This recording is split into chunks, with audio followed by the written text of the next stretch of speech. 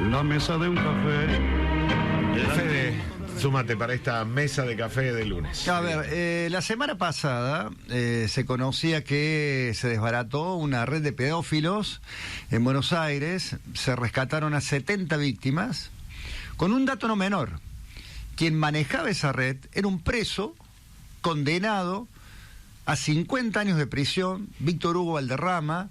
Desde la unidad penitenciaria de Florencio Varela manejaba esta red de pedofilia con la libertad de tener un teléfono en su celda.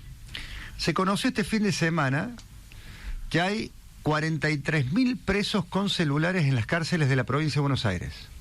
Y a partir de estos celulares también, lógicamente, redes de pedofilia, estafas, secuestros virtuales. Claro, y esto tiene que ver con una decisión de la justicia que viene de la época de la pandemia, donde se entendía que la necesidad de un celular era un derecho fundamental para un detenido, para comunicarse con sus familiares, con sus hijos, para tener contacto con el mundo exterior a raíz de el confinamiento al que estábamos sometidos todos los argentinos. Pero esto nunca se cambió. Hubo muchas provincias que dieron marcha atrás, que después, en algunos casos, hasta quitaron los celulares, pero en Buenos Aires siguen en ese sentido en la época de la pandemia. Y por supuesto, una persona detenida difícilmente se pueda controlar qué hace con el teléfono celular, sobre todo en tiempos donde todo el mundo sabe la cantidad de estafas telefónicas, por ejemplo, que se cometen con teléfonos celulares, claro. Muchas de esas estafas desde la cárcel. Parece un tema que estaba superado en la Argentina, Juan, y lo saludamos a Juan Federico, que viene siguiendo el caso y que nos viene narrando, lo sabe muy bien la audiencia de Cadena 3, semana tras semana, cantidad de ilícitos que se cometen a partir de esto. Para mantener el vínculo afectivo, dijo un juez en 2020 y autorizó que todos los presos tuvieran celulares en las cárceles de Buenos Aires. No debe ser un juez, debe tener nombre y apellido, pero bueno. Víctor Violini. Víctor Violini. Cuando se dice un juez de garantías, ni más ni menos. Garantías para los detenidos.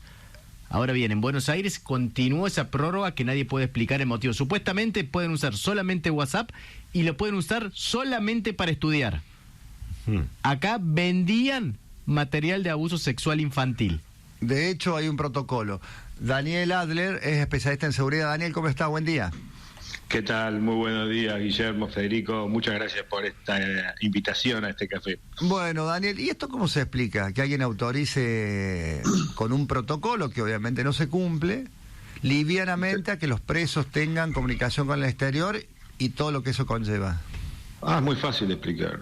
Esto es complicidad política, policial y municipal. O sea, no existe esta clase de delitos. De hecho, es ley. Mira, ustedes lo decían muy bien. En el año 2017, el artículo 160 del Código Penal prohibió absolutamente cualquier método celular. Cualquier método es incluso WhatsApp y cualquier otra cosa relacionada con la comunicación al exterior. Recordemos que un reo está penando en una cárcel, en una penitenciaría, no tiene que tener ese derecho. Como bien dijeron, tiene nombre y apellido, llegó la pandemia y este juez de garantías, Violini, aperturó, bueno, según el fallo había dicho, mientras dure el confinamiento podían utilizar los teléfonos. Pero recordemos también que un teléfono no es como el que teníamos antes de Entel, que solo se usaba para comunicación. Claro. Con un teléfono se pueden abrir empresas. Mira, informes de primerísima línea me acercan que solamente en Rosario, el año pasado, en el 2023, con teléfonos celulares, porque son teléfonos inteligentes, se abrieron 85 SAS. ¿Se acuerdan las SAS? Sí, Sociedades de Acción Simplificada. En donde esas SAS, esas empresas, evadieron impuestos por 2.500 millones de pesos. Eso como para empezar. Después tenemos que darnos cuenta, reconocer el problema real. Siempre en criminalística, en psicología se dice, bueno, ¿cuál es el problema real? Bueno, el problema real no es solamente que un reo tenga un teléfono, sino qué acciones criminales hace para poder tener más flujo de dinero dentro de la cárcel y comprar privilegios. Argentina hoy es top 10, es uno de los primeros 10 países del mundo en generación de contenido pedófilo, sexual infantil me refiero, en donde los predadores sexuales se filman, o sea, quiero ser diplomático con el lenguaje porque pueden estar escuchando chicos, pero se filman en primera persona abusando de menores y eso es comercializado. Lo que pasó en Florencio Varela es que había 2 celdas, imagínense, 2 sets de televisión, ¿verdad? 2 celdas en donde se recopilaba, se editaba y se comercializaba este contenido no solamente en Argentina, en el resto del mundo, a cambio de transferencias electrónicas. Todo es rastreable. Daniel. Es algo... Sí. A ver, yo le leo un tramo. Usted prométame que no me va a tomar para la chacota. Es lo único que le pido. No, para nada. Por favor. A ver, el protocolo circunscribe su utilización a las actividades educativas a distancia y a los contactos familiares. Establece un registro de celulares que identifica fehacientemente a cada usuario, delimita los ámbitos habilitados para el uso de telefonía celular y prohíbe las redes sociales. Este es el protocolo. Sí, debería ser, pero eso no se cumple. Pero es que es imposible el cumplimiento, Daniel. ¿Quién va a controlar si 43.000 teléfonos ingresan a una página o a otra, o si utilizan una red social, o si amenazan, o sea...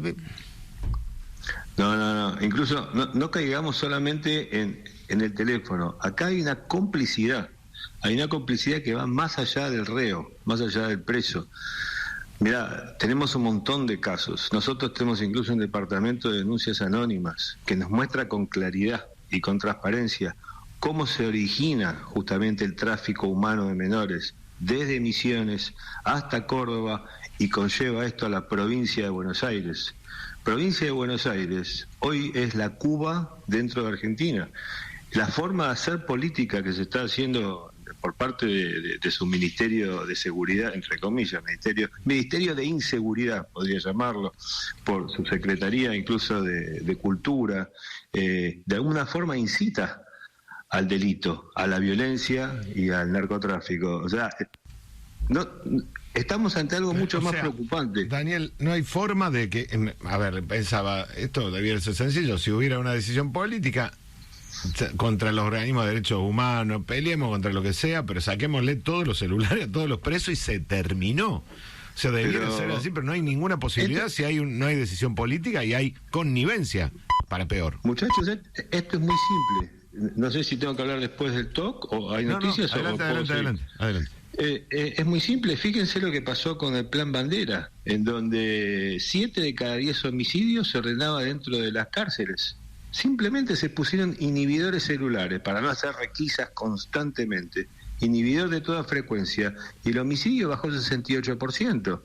O sea, el combate al delito, al crimen organizado, al narcotráfico, al tráfico humano, está al alcance del Estado. O sea, realmente no es extremadamente complejo con todas las herramientas que hay. Recordemos que las unidades de protección argentina son de lo mejor que hay en Sudamérica. O sea, un poquito más de decisión política, un poco más de gritar esto en los medios de comunicación valientes como ustedes, que evidencian el problema tan grave que hay.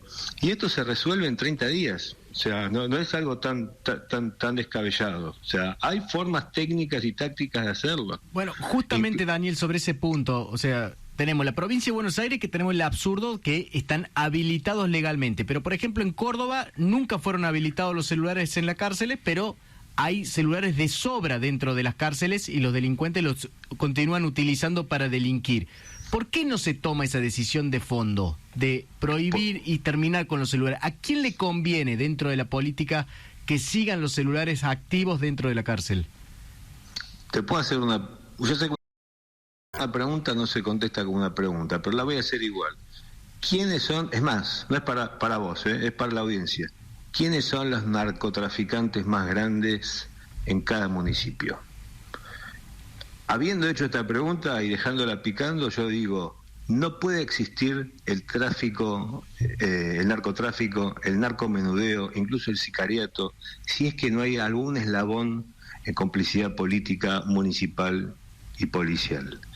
Si nosotros queremos atacar el problema de fondo, primero y principal, tendríamos que tener un departamento de asuntos internos con una herramienta como se usa mucho en Estados Unidos, en Israel, que es el polígrafo detector de mentiras. Y eso esporádicamente utilizarlo para un control de calidad con la policía, incluso con los fiscales, con la justicia y con funcionarios políticos también. El que nada debe, nada teme.